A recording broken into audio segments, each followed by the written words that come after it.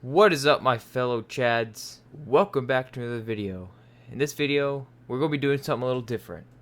We'll be going over 10 dead social media platforms. These would include sites that have shut down, sites that don't receive as much activity as they once did, etc, etc. This is not in any particular order, and depending on how well this does, I might make another one.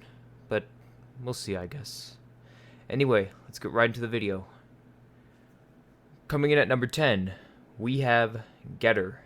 I have an account on there, but we won't talk about that.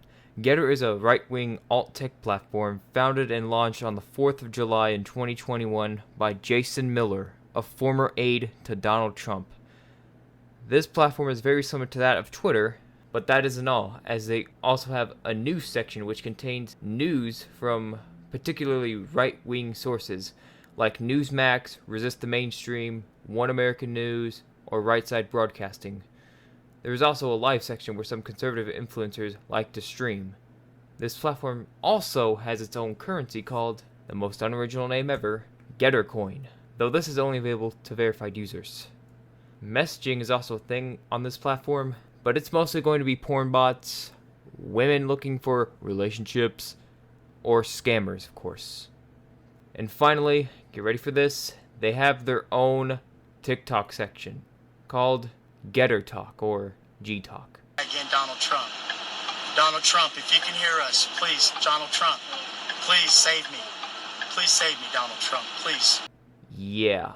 Anyway, this platform is very clunky. It's super one-sided, has no other topics other than politics, and since Twitter is owned by Elon Musk, there isn't really a reason for conservatives to use Getter, as Elon Musk is openly right-wing and conservatives love him. I would say Getter is probably on its way out. Up at number 9, we have vid.me, or VidMe. Vid.me was a platform very similar to YouTube and Reddit. It was one of YouTube's most popular competitors at one point. Vid.me was founded in January 2014 by Warren Schaefer and Alex Benzer. Over the next 2 years, the platform would explode in popularity. A few big-name YouTubers use this as a secondary platform, and it continued to have 20 to 30 million unique monthly visitors to its platform up until December 1st, 2017, when VidMe announced on Reddit that it would shut down. And by the 15th, it was all gone. The platform's closure was allegedly due to an increase in competition, particularly YouTube. What did you expect? This platform was also very dull and clunky, which is why it did not get many places. Up at number 8, we have Mastodon. Now, I don't know much about Mastodon. Here's some information about it. Mastodon was founded by Eugen Rochko in March 2016, but it didn't take off until Elon Musk acquired Twitter. Due to Musk being openly right-wing, many left-wing users left Twitter and flocked over to Mastodon. The platform, judging by some pictures taken on it, looks like a Facebook-Twitter hybrid platform, and it seems very clunky. And once again, like Getter, it's super one-sided, it's very political. The only topic's politics on there, basically. And everything else I said about Getter, but it's liberal. I don't care about your fucking opinions on harassing children! Up at number 7, we have Vimeo. Vimeo, well, everyone knows about Vimeo. But Vimeo is like one of those sites that everyone knows about, yet no one knows about or uses it. It is the most well-known YouTube competitor, and was founded by Jake Lodwick and Zach Klein in November 2004, just 6 months before YouTube was even founded. It was originally a humor-based website, but then it was changed to become a direct competitor to the rising YouTube. Currently, Vimeo sits at 300 million users, in which most of them are definitely inactive. Its net income has been falling ever since it peaked around 2012 to 2014. And me personally, I'm surprised it ever did that well in the first place, as when you first come on to the site, you're met with this abomination. The video and channel pages are extremely clunky and outdated. And worse yet, you have to pay money to even upload content onto there. Yeah, I'm serious. If you use Vimeo, you're practically wasting time and money to put videos up there, and it's probably like talking to a brick wall or something. Up at number 6, we have Friendster. Friendster is a unique one for this list, as it was one of the first social media platforms to ever be created. It was founded in 2002 and launched on March 22nd, 2003 by Jonathan Abrams. Friendster was a social gaming platform similar to that of Newgrounds. It was originally headquartered in California. Later it would move to Kuala Lumpur, Malaysia, as most of its traffic came from Asia. It reached its peak of 115 million users in 2011 and declined from there. By 2015, they were absolutely struggling. So on June 14, 2015, the website was officially closed, though the company itself did not go under for another 3 years before it finally folded in June 2018. They most likely failed because they failed to innovate, and they sucked at competing with other similar sites like Newgrounds, of course. All that's left of it is simply a message that says Friendster's taking a break plus a statement, which I'm not going to read all that. And it just says Friendster's taking a break. But let's be real, it will never come back, I assure you. Coming up at number 5, we got everyone's favorite platform, Vine. If you watched Vines back in the day, you're an OG, by the way. Vine was founded by Dom Hoffman, Russ Yusupov, and Colin Kroll back in June 2012 and was quickly bought up by Twitter 4 months later for $30 million. Vine was officially launched on January 24, 2013 and was an instant success, and it continued to do very well until October 2016 when Vine announced that they would be shutting down. And there were a couple reasons on why a platform doing so well like Vine would end up collapsing to the ground. Marketers and investors were leaving the platform, and many big-name creators were moving over to competing platforms like YouTube, Instagram, or Snapchat. Vine officially shut down on January 17, 2017, but all the videos made on the platform before that date were archived, so people can still look back at the good old days.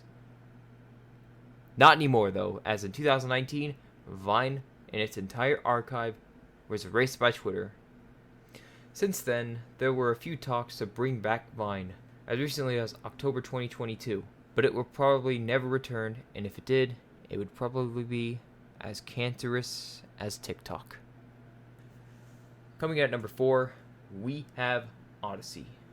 Odyssey is a relatively new platform which was only launched in December 2020 by Jeremy Kauffman, a libertarian activist and CEO of LBRY.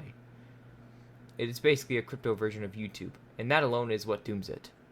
Though it does have an advantage as compared to other YouTube competitors. Their website is actually pretty clean and modern, and has its own unique space theme to it. Now, why do I think this will fail? Because it will probably go through the same problems that vid.me went through. Struggling to get big name YouTubers over there.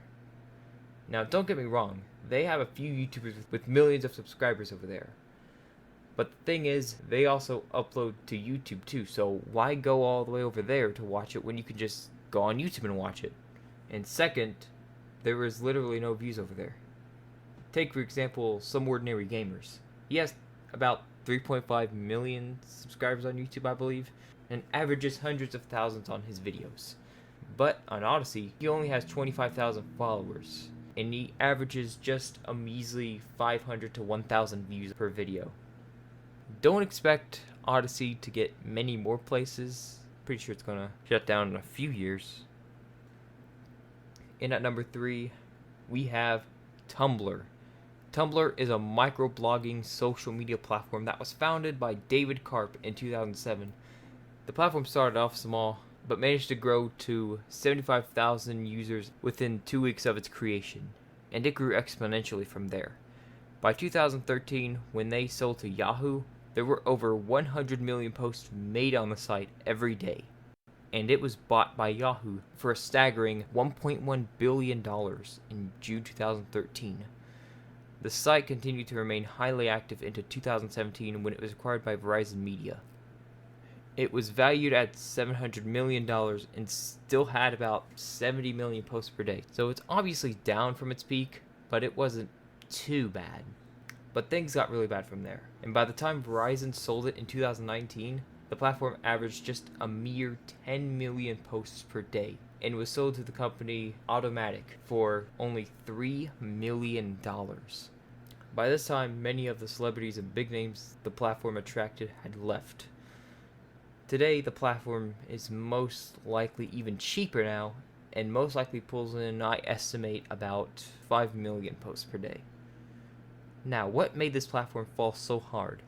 I never really used this platform, so I don't know, but I'll have to assume from looking at it that it failed to innovate, and the fact that microblogging is dead. I believe Tumblr's years are numbered, and if they don't do anything soon, then within the next few years, Tumblr will probably be no more. Coming up at number 2, we have MySpace. If you use this site back in its prime, you gotta be at least 30 years old. Just putting that out there. MySpace was founded and launched in August 2003 by Tom Anderson, Chris DeWolf, and John Hart. It took inspiration from another platform I went over earlier, Friendster. MySpace started gaining traction after eUniverse did a competition to see which site would gain the most users. This brought life into MySpace, and by 2005, teenagers and young adults were all over MySpace. In February 2005, MySpace held talks with Mark Zuckerberg to buy Facebook, but they rejected his $75 million offer. This would later backfire on them. In July, News Corporation bought MySpace for $580 million. MySpace at the time was seeing 16 million monthly active users and growing. Shortly thereafter, the platform surpassed Yahoo and Google to become the most visited site on the entire internet. At its peak in 2007, it had hundreds of millions of monthly active users and was valued at $12 billion. And MySpace continued to stay on top until May 2009, when Facebook finally overtook it and became the most popular social media platform to use. Its key demographic and older users were all migrating to Facebook. MySpace was starting to crack. By 2011, MySpace only had 60 million monthly active users. News Corporation CEO Rupert Murdoch got pissed off that MySpace was doing so bad and sold MySpace to Specific Media for only $35 million. Fast forward a bit, and it was sold and bought by Time Incorporated, and then Time Incorporated sold it to Meredith Corporation, and now it is currently owned by Viant Tech, and only has about 5 million visitors a month, and 150 employees, way down from the 1,600 it used to have. MySpace died because it failed to keep up with its competition, bad management, bad investment, heavy spending, the lack of updates, and countless legal battles were too much for the platform to handle. The platform is currently on the verge of death, and it might shut down pretty soon. Finally, up at number 1, we have Storyfire. This is going to be a long one because I actually use this platform for some time now. Storyfire is a platform founded in July 2017 and was made by Jesse Ridgway, aka McJuggernuggets, a YouTuber well known for Psycho Dad videos, and teamed up with Brian Spitz, a film director from California. Jesse got tired of all the rules and restrictions YouTube was putting out, so he made Storyfire. It was originally meant to be a writing platform, and at first, it was mostly McJuggernuggets fans simply making fanfictions and stuff about McJuggernuggets. In 2018, Storyfire introduced their video functionality, in which users had to submit entries via Google Forms and would get accepted or denied by the higher-ups on a monthly basis. They also introduced their currency, Blaze, which is used to buy paid stories, videos, or donate directly to a user on the platform. Fast forward to 2020, not much was happening until they launched a marketing push in July, in which many YouTubers would hop on Storyfire. And some big name ones too, like Some Ordinary Gamers, Azzyland, Keemstar, and arguably the peak was when Leafy got banned, and he ended up migrating to Storyfire himself. Storyfire managed to go from 390,000 total accounts in July to about 750,000 by October. Storyfire fell quickly from there, however, and in January 2021, Jesse and Brian announced via YouTube and Twitter that Storyfire would be shutting down on February 1st.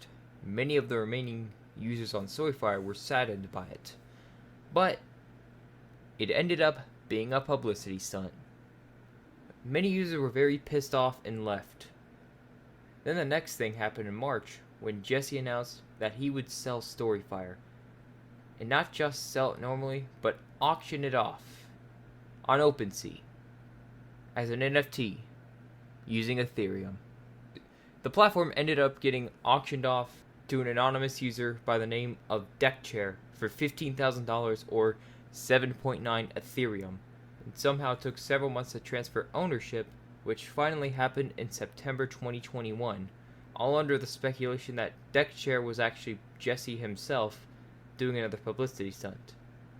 In November, Brian Spitz stepped down and left Storyfire for good, and Jesse became the CEO of the company. Because apparently owning something and running something are two totally different things. And a new team was hired to help run certain aspects of the platform. However, by March 2022, Jesse would step down, and Deckchair would officially become the sole owner and CEO. Storyfire then started reaching out to random users via Twitter, particularly to the Warhammer community, begging them to join Storyfire. They even bombarded some users with that multiple times a day.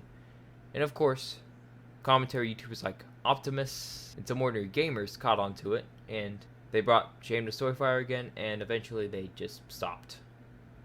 Today, things are very quiet. I estimate there are less than 2,000 monthly active users on Storyfire. Despite them saying they have literally millions, the leaderboards are effed up and glitched. They also have crypto bots on Twitter promoting the hell out of every tweet they make on there. Oh, and even though crypto is dead, they want to make Blaze into a cryptocurrency. Yeah, I'm serious. Storyfire's position has gotten so bad that even Jesse himself is regretting even selling Storyfire. Storyfire is on its way out, and I wouldn't be surprised if it shuts down very soon. I'm guessing it's slowly depending on the money they have left, though.